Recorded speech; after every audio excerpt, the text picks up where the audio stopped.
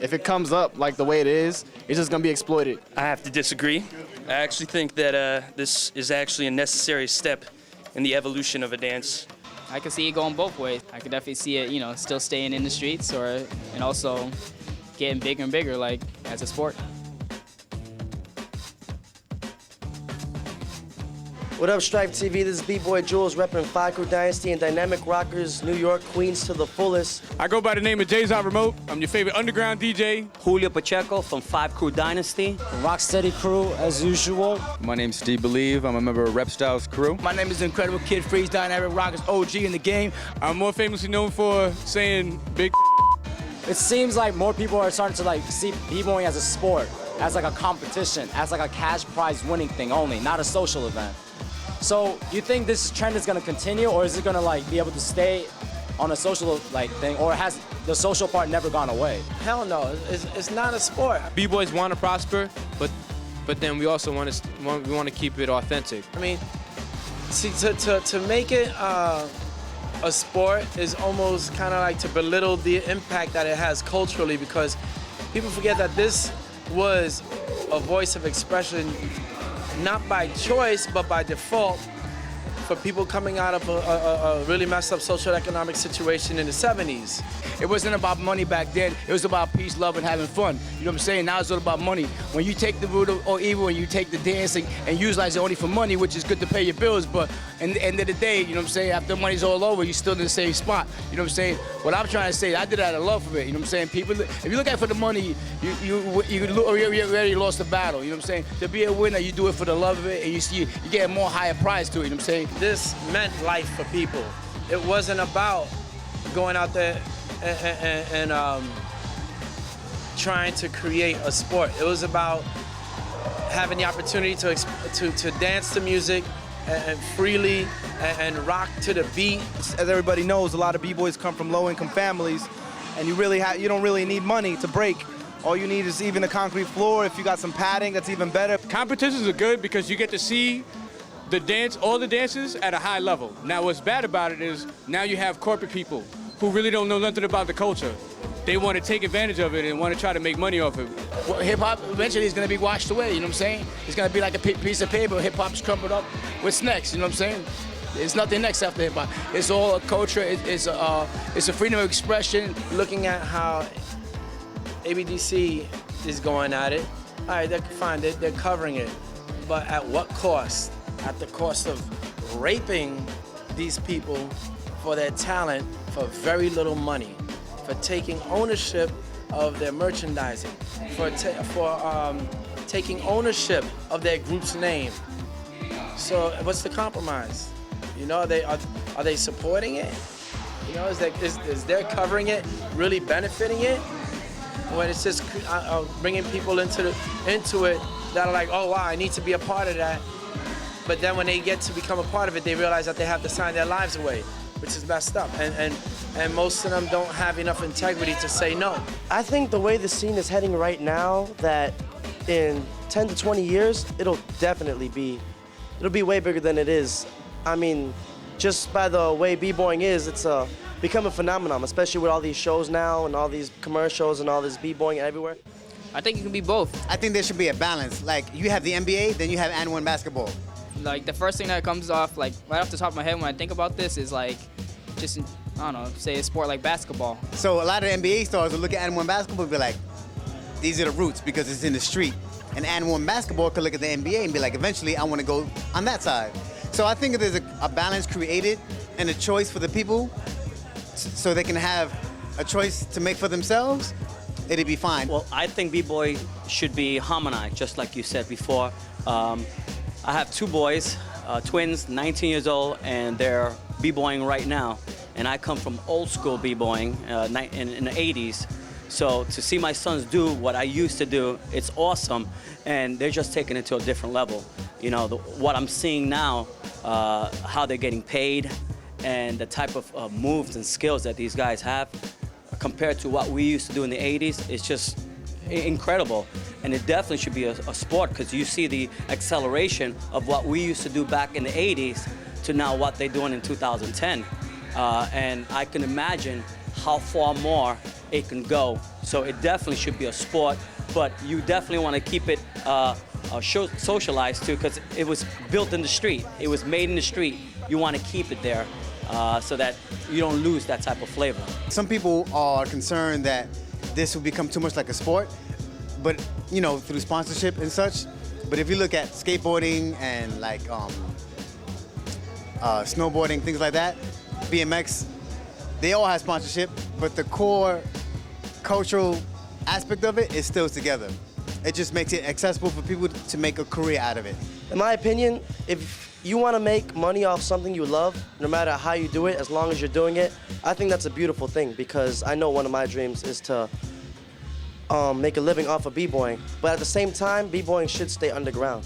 Sometimes when it's too commercialized, you lose that raw-ass feeling of just being in a freaking real jam, and it kind of gets really boring and corny. It's good, and I wouldn't say it's bad, but some people really don't feel like they would like it to be a sport. You know, a lot of people like to keep it, you know, traditional and do it the original way. I know a lot of people that come to these functions and whatnot just to hit the ciphers. You know, a lot of people come just for the contest, you know, and that's what it is. Basically, it's a contest. You know, it doesn't make you better. You know, it made you better that day. You went in and, you know, you took the crown, but it's because you met the criteria and you did your thing. There's many points you have to hit. You have to execute, you have to be original, you have to dance, you know what I'm saying? You have to have combinations. I think the key is bridging the gap, because we already have, like, look at R16. Those guys, you can't argue that those people aren't athletes. You can't say that b-boys aren't athletic. You know, this is what we do. We spend our time creating and working and training really hard for, is to go out and perform well. That's what athletes do. However, we also are dancers, and there's a cultural aspect to it. There's a community aspect to it. So I don't think that that defining it as a sport or defining it as a dance is going to uplift it either way. What for me it is personally, okay, there's a sports aspect to it and there's a dance aspect to it. How do I combine those two and still feel that I'm staying true to myself and what we're trying to do?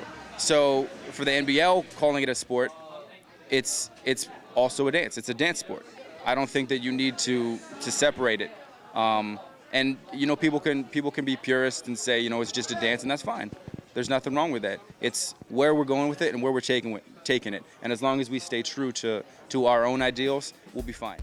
If you see like the scene in Korea, where like everybody's like who's a b-boy like gets to have like a studio or like just get paid like by sponsorships and stuff like that. Like, I mean, TIP was sponsored by an ice cream company, for God's sake, you know, and like stuff like that. So that's like the extreme version of what happened to like b-boying and sponsorships. You want America to go towards that direction, or you want us to have like more of like a social feel instead of like just competing? No, I think that it should definitely go in that direction. The reason why is because it gives the younger generation an incentive to work harder, you know, to get paid. You know, my boys, they love doing this. They practice 6 days a week, and if they can do 7, they'll do 7. And I would like to see them go further. You know, they have done movies, they have done competitions, they travel all around the country, and why not? We're focusing on sport. Who are the ones really qualified and legitimate enough to say, okay, well, this is the criteria for someone to win? Are they going to maintain the integrity that it should have as a cultural art form first and foremost? Or are they just trying to see who can be acrobatic? Because both can be mixed together easily. Well, not easily, but you know, they can be done with as long as you have the intention of doing it and the will to do it, and the respect for it as an art form. Because at the end of the day, the thing about it is that if you dance well into your 40s, like me, I'm 44, but because I learned how to dance, top rock, footwork, and all that stuff, I'm still able to rock right now. I don't have to do the acrobatic moves, and I can still catch a wreck. And a lot of people that are out there doing all the acrobatic moves, they're gonna have very short careers. And if it's gonna be they're gonna approach it as a sport, they're gonna have an even shorter career because they're probably gonna put a lot more pressure on themselves to perform some really amazing feats without rocking their feet.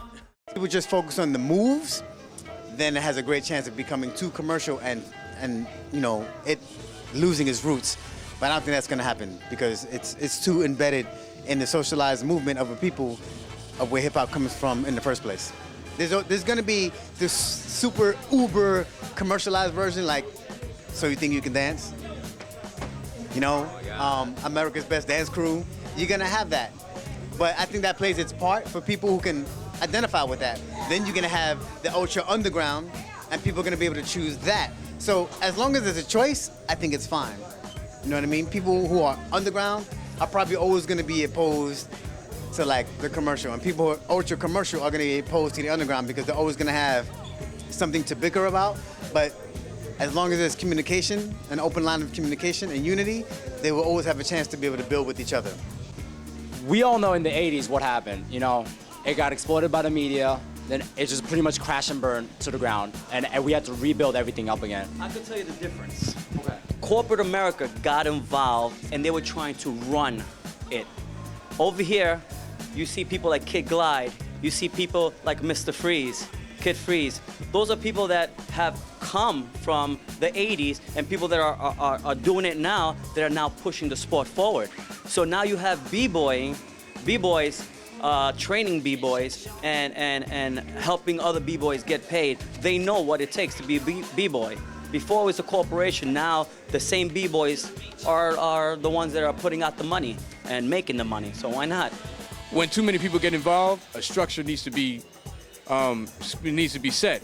There's got to be a foundation. So that's where it's important for everybody from everywhere. Where the dances all originated, we have to get those people together to set up all the timelines and to make a structure and to document it. So this way, nobody else can take that away from us. It depends on what kind of criteria is being set and who's setting it. It goes in different ways, man. It matters who takes over. It's like a president who runs the ship, you know what I'm saying? It's like the captain, you know what I'm saying?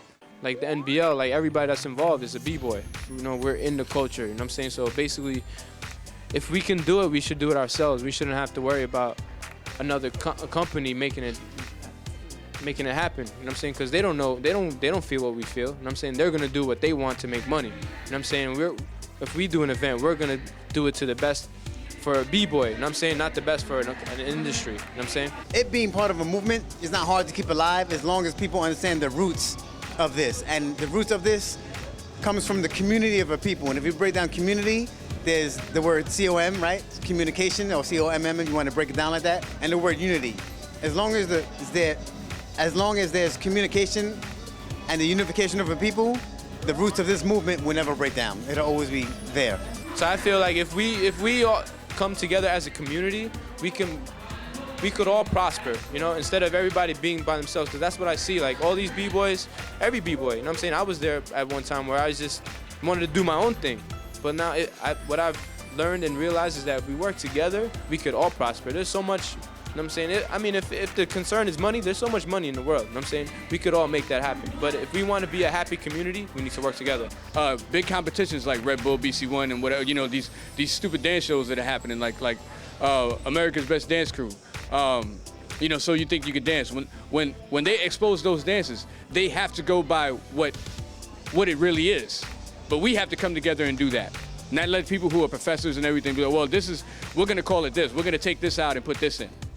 Because that's what happens, and that's how we lose out. That depends with the younger generation. You see, like a person like Kid Glyde, and I know he's smart, I've worked with him at jams that I have thrown myself, is that he is not only a b-boy, but he's business-minded. So now what he's going to do now, he's gonna take it to the next level, and he's not gonna let the corporations just come and take over. He's gonna be working with the corporation and saying, okay, this is my terms, this is what we make, and this is what we have to give them for breaking. And he has gotten a lot of commercials and a lot of shows for my kids, and they got paid from that, so why not? We just push really hard in competitions because we want to give other b-boys or other young people that don't know about breaking another perspective of what breaking is, how we dance in New York and what our style is. You know what I'm saying? And basically we bring that attitude and that tradition into a battle, and we show you that with what we do, we can beat you. You know what I'm saying? Because this is what we do, and I'm saying this is how we do it in New York. This is our tradition. I want people to get sponsored. I want b-boys to make money. I want b-boys to get paid for what they love to do. And if you train and you work hard and you prove yourself, why not be rewarded for that? I don't think there's anything wrong with it. I think that it's lacking. I think a lot of people deserve credit for what they do, and people deserve to get paid for what they do. So, hell yeah. If you're good at one thing and you're really good at it, why not get paid and get your name out there and be famous? Why not? I think it's great because since most b-boys come from low-income families, that we paid so many dues and gone through so much, like 4 knee surgeries, that helps crews and individual b-boys get recognized and get exposure and get across the world, because obviously it's become international now because of the internet medium and whatever, but it helps b-boys go across the world, and it helps them financially and it supports them. If you want to do it as a sport, do it as a sport, you know what I'm saying? That's why there's power move battles, you know? That's why there's top rock battles. That's why there's footwork battles, you know what I'm saying? That's why there's all around battles. You know, if you want to treat it like a sport, that's good, you know? You'll push yourself, and at the same time you'll be conscious of the fact that in a way you have to be an athlete, because if you don't know your body and don't take care of yourself the right way and train the right way, then, you know, it's going to deteriorate eventually, and you're not going to be able to do those 10 hops on the tip of your elbow forever. You know what I'm saying? So you have to know where you stand, you know what I'm saying? None of us are unbreakable, and you're just going to evolve with the game and eventually get caught up more with the dance, and you're going to end up going backwards. So, I mean, yeah, I definitely see it being up to that status of, I don't want to say commercialization, but that status of how big it would get to. It would definitely be up to there, with stage battles, audiences, and maybe even TV possibly 10 to 20 years from now. That's what I believe will happen. And I also don't think there's anything wrong with that. I think it's kind of cool. Might make it a little bit more professional, and it'll give a lot of us that dream of making a living off b-boying that much more easier. All that is just bringing us more opportunities. You know, when I first started dancing, I never would have thought that's how I would have been paying my bills nowadays. You know, and that's how I pay my rent, you know, through this dance thing. And you know what I'm saying? It's just opening up the doors for a lot of younger heads, you know, and like people like me that's been around for a couple of generations. It's all, you know what I'm saying? We have to put these kids on and let them know, you know, how it should be done. That way they could pass it on and it won't get watered down. As far as people, as long as people recognize that it's an outlet and it's a positive outlet and it's the real true essence of the hip hop culture, I think that's what people really need to realize. It can be labeled or categorized as a sport or a social thing or a dance. It's people got to realize what it really is, the real meaning. Yeah, it should stay underground, but if it wants to go mainstream, then it can be that too, because no matter what you do, you're never going to take the underground out of b-boying. It's always going to be there. That feeling's always going to be there. People are going to be able to make a career out of it, and you know, people don't forget about the movement. I think it'll have a great chance. You know what I'm saying? Everybody's entitled to think how they want to think. That's why this is an art form, you know? That's why this is dope. That's why it's growing, because you're allowed to express yourself. Young guys right now that I see, I try to see them hit enough b-boy battles, but you know what I'm saying, the love that they got, they're bringing me back, the music, you know what I'm saying, the DJs, DP1, you know what I'm saying, various of b-boys like Dynamic, you know, Dynamic Juniors, I mean, which is, I call them juniors, like Glyde, you know what I'm saying, bringing it back to another level, you know, holding events like this, man, it makes it what it is today, you know what I'm saying? Yo, shout out to my crew, Problems Crew, PK, you guys know who you are. Keep it coming. We got the Free V Infantry coming, Kinetic Kings, my crew from Connecticut, and I want to give a shout out to Supernaturals and the T-Dot. Dizzy, I know you're in Korea. I love you, kid. I'm fourth generation Supernaturals, represent. Supreme Beings, New York City, holding it down. You know what I'm saying? Got to represent for the East Coast. Shout outs to my twin brother, B-Boy Tricks, Kid Glyde, Gravity in France right now with Mean 187, 5 Crew Dynasty, Dynamic Rockers, and shout outs to Queens. I'm out. New York, of course. And like I said, I'm coming back with a whole brand new package. I redeveloped myself thanks to the man upstairs, Jesus Christ, my Lord and Savior. I could come back, and the inventor of the head split is about to create a new b-boy formula that ain't nobody on this planet gonna mess with. Big shout out to Germany, Japan, worldwide. Kid Freeze is back to bring the Statue of Liberty, which is the B-boy fire of New York. That's me. Kid Freeze, incredible. DR, Dynamic Rockers. Peace out to all the B-boys from the old school New York City Breakers, Rocksteady crew, all the original pioneers. Step up the game, you know what I'm saying? We back. We back to bring the fights back to New York. Kid Freeze, watch out worldwide. I'm coming, all your B-boys worldwide, to show your love. That's all it is. Peace, love, and have fun. Peace.